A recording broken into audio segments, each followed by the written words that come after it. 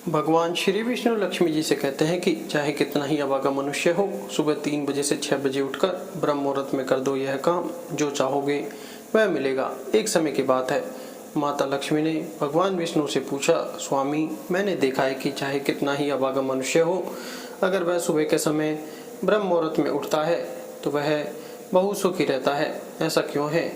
मुझे ब्रह्म मुहूर्त का रहस्य बताइए। तब भगवान विष्णु ने कहा, हे देवी, मैं आपको इस प्रश्न का उत्तर एक कथा के माध्यम से बताऊंगा। कृपया आप इस कथा को ध्यानपूर्वक सुनना, और जो भी मनुष्य इस कथा को पूरा सुनेगा वह कभी भी इस अवसर को अपने हाथ से जाने नहीं देगा। ब्रह्म मुहूर्त का रहस्य जानकर पूरा जीवन बदल जाएगा। भगवान विष्णु कथा को सुनाना प्रारंभ करते हैं और माता लक्ष्मी से कहते हैं, बहुत समय पहले की बात है, काशी में सुरेश नाम का एक लड़का रहता था। वह लड़का बहुत ही अच्छा था, लेकिन एक गलत आदत थी, वह देर तक सोता रहता था।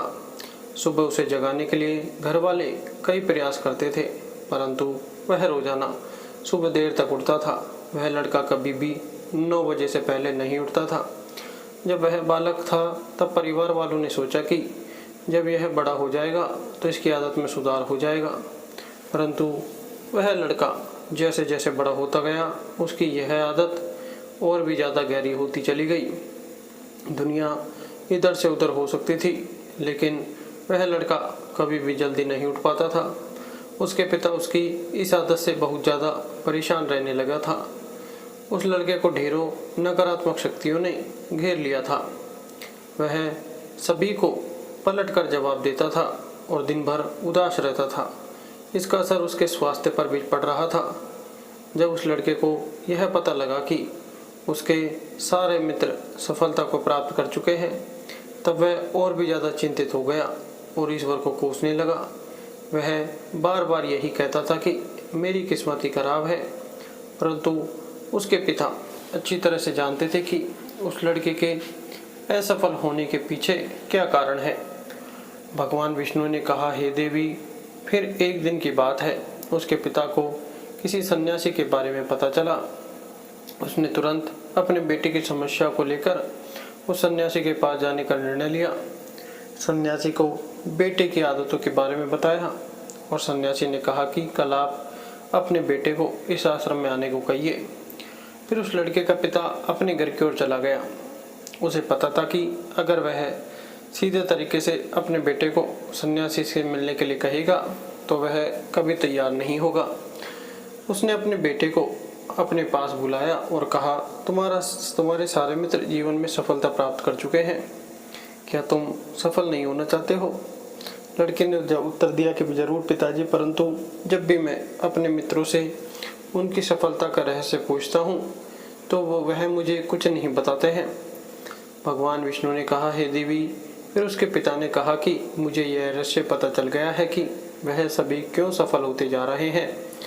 तब उस लड़के ने बड़ी उत्सुकता से पूछा, क्या पता चल गया है पिताजी? कृपया करके आप मुझे बताइए। उसके पिता ने कहा कि कल सुबह तुम्हें एक सन्यासी के आश्रम में जाकर उनसे मिलना है। यदि तुम वहां पर समय से पहुंच गए तो वह सन्यासी तुम्हें ऐसा मंत्र बताएंगे जिससे तुम सफल हो जाओगे, परंतु एक समस्या है। लड़के ने कहा कि पिताजी, मैं कल पूरी रात रहूँगा और जागता रहूँगा और सुबह सन्यासी से मिलकर आऊँगा। उसके पिता ने कहा कि ठीक है, तुम वहाँ जाकर उस सन्यासी की आज्ञा को मानना। पिता की बात सुनकर वह लड़का बहुत अधिक खुश हुआ। जीवन में पहली बार रात्रि में वह जागता रहा, परंतु थोड़ी ही समय में उसे नींद आ गई और वह सो गया। फिर अगली सुबह जब वह उठा तो उसे पता चला कि सन्यासी से मिलने का समय समाप्त हो चुका था। उसके पिता ने लड़के की तरफ देखा और कहा कि तुम जीवन में कभी सफल नहीं हो पाओगे, जाओ और जाकर सो जाओ। पिता की यह बात सुनकर उस लड़के को बहुत दुख हुआ। उसने मन ही मन स्वयं को चुनौती दी कि कल सुबह वह सन्यासी से मिलने अवश्य जाएगा।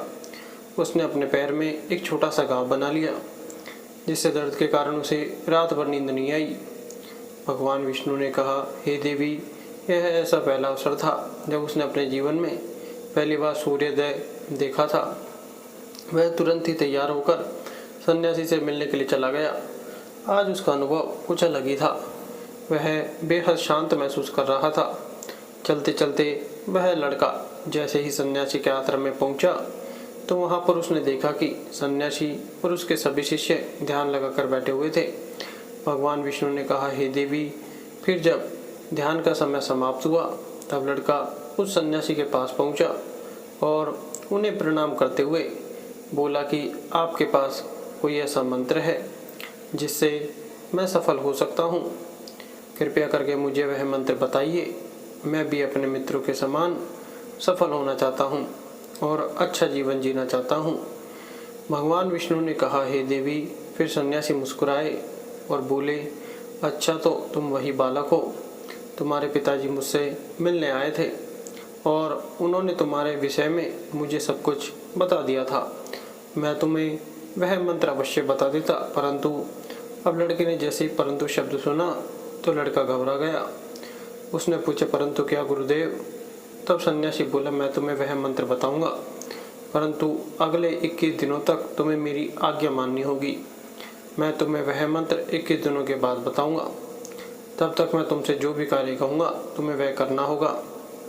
यदि तुम असफल हुए या कार्य के बीच में तुम्हारा संकल्प टूट गया तो उस मंत्र का असर नहीं होगा। दृढ़ निश्चय के साथ उस लड़के ने कहा कि मुझे आपकी ये सारी आज्ञा स्वीकार है। मैं अगले 21 दिनों के लिए आपका दास हूँ। आप जो भी कहेंगे मैं वही कार्य करूँगा। मुझे केवल और केवल उस मंत्र के बारे में जानना है। भगवान विष्णु ने कहा, हे देवी। फिर सन्यासी ने उस लड़के से कहा कि ठीक है, कल से तुम्हारा कार्य शुरू होगा। तुम इसी आश्रम में निवास करोगे। वह लड़का आश्रम में निवास करने के लिए तैयार हो गया। सन्यासी ने कहा कि यहाँ रहते हुए तुम्हें ब्रह्म मुहूर्त में उठना होगा और दूसरे शिष्यों की तरह ध्यान और तप करना होगा। साथ ही आश्रम के कार्यों में भी सहायता करनी होगी। ध्यान रहे, यह संकल्प टूटना नहीं चाहिए। भगवान विष्णु ने कहा, हे देवी। अब लड़का सन्यासी की बात से सहमत हो गया और अगले दिन से उसके कार्य के दिन की शुरुआत थी। इस बार उसने दृढ़ निश्चय किया, परंतु 1 सप्ताह बीतने के पश्चात ही उसका संकल्प टूट गया और वह 8वें दिन देर तक सोता रहा। जब वह नींद से जागा तो उसने कहा कि मुझसे कितनी बड़ी भूल हो गई है। वह रोते हुए सन्यासी के पास पहुंचा और कहने लगा कि हे गुरुदेव, मेरा संकल्प टूट गया। अब मैं जीवन में कभी सफल नहीं हो पाऊंगा। सन्यासी ने उसे समझाते हुए कहा कि एक बार फिर से शुरुआत करो, फिर से संकल्प करो। फिर लड़के ने सन्यासी से पूछा कि सुबह उठना इतना आवश्यक क्यों होता है और यहाँ पर सभी लोग इतनी जल्दी क्यों उठ जाते हैं? भगवान विष्णु ने कहा, हे देवी। तब सन्यासी ने लड़के को समझाते हुए कहा कि सुबह यानी ब्रह्म मुहूर्त में उठने के पीछे बहुत बड़ा विज्ञान छुपा हुआ है। लड़के ने कहा कि कृपया मुझे यह विज्ञान बताने की कृपा करें। सन्यासी ने कहा कि रात्रि को 4 पहर में बांटा गया है। पहला रुद्रकाल, जिसका समय शाम 6 बजे से लेकर 9 बजे तक होता है।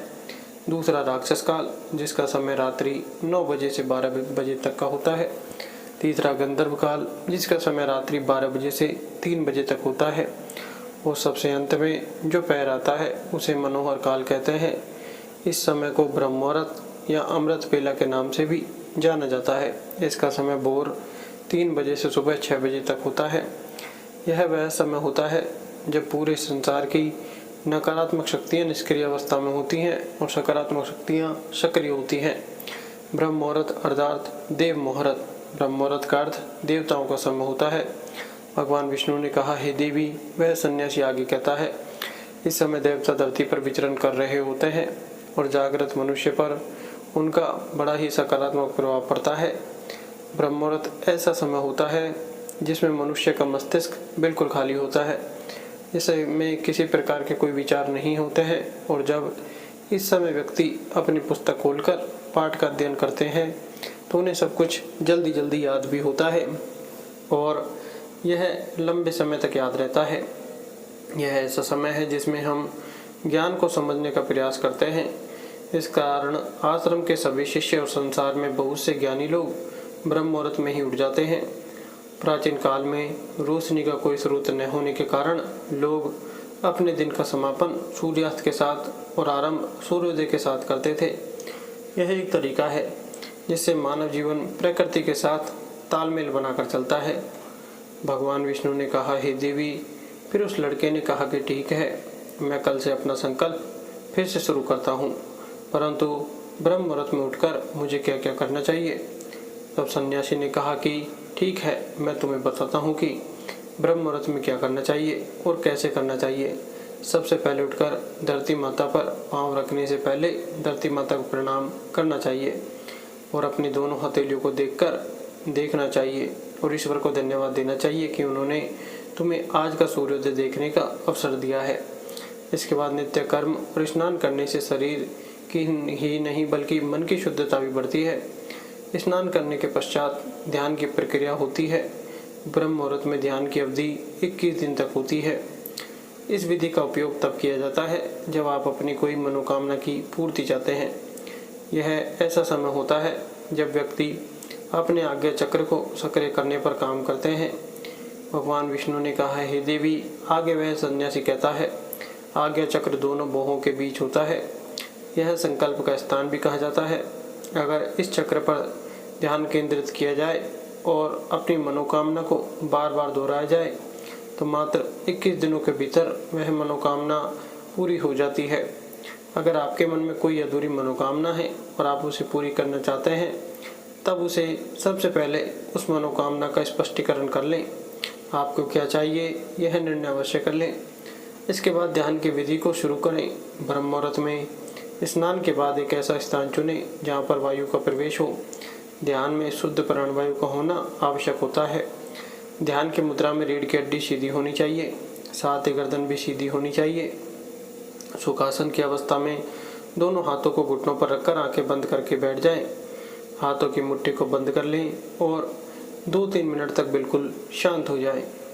जब आपका शरीर स्थिर हो जाए और श्वास भी शांत हो जाए, तब उसके बाद अपना सारा ध्यान आज्ञा चक्र पर लगाएं। इस दौरान लंबी गहरी सांस लें और सांस को रोक कर रखें।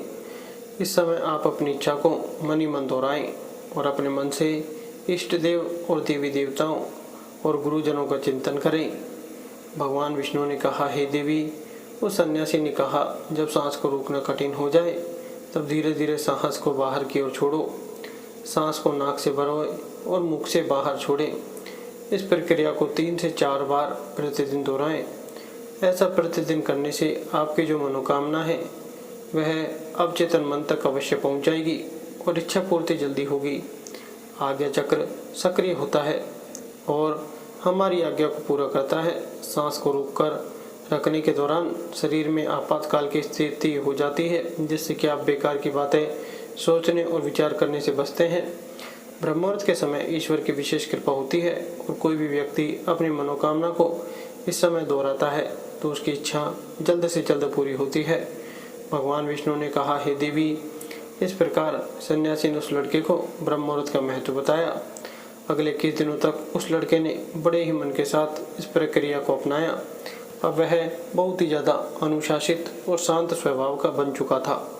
उस लड़के ने जैसे ही अपना संकल्प पूरा कर लिया, उसके बाद वह लड़का बड़े ही प्रसन्न भाव से सन्यासी के पास पहुंचा और कहने लगा, हे गुरुदेव, मैंने 21 दिनों का संकल्प पूरा कर लिया है। अब कृपया मुझे सफल होने का मंत्र बताइए। तब उस सन्यासी ने मुस्कुराते हुए कहा कि पिछले 21 दिनों से जो अभ्यास तुम करते हुए आ रहे हो वही तुम्हारा सफलता का मंत्र है।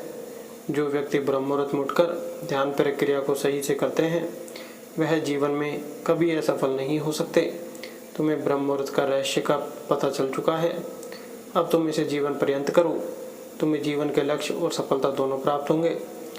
उस लड़के ने सन्यासी को धन्यवाद दिया और ब्रह्म मुहूर्त के नियमों का पालन जीवन पर्यंत तक करने का वादा भी किया। भगवान विष्णु ने कहा, हे देवी, अब तो आपको पता चल गया होगा कि ब्रह्म मुहूर्त क्या होता है। तब माता लक्ष्मी ने कहा, हे स्वामी, अब मुझे ब्रह्म मुहूर्त का संपूर्ण ज्ञान हो गया है। इतना कहकर माता लक्ष्मी ने भगवान विष्णु को प्रणाम किया। वीडियो अच्छा लगा तो वीडियो को लाइक करें, चैनल को सब्सक्राइब जरूर करें। धन्यवाद।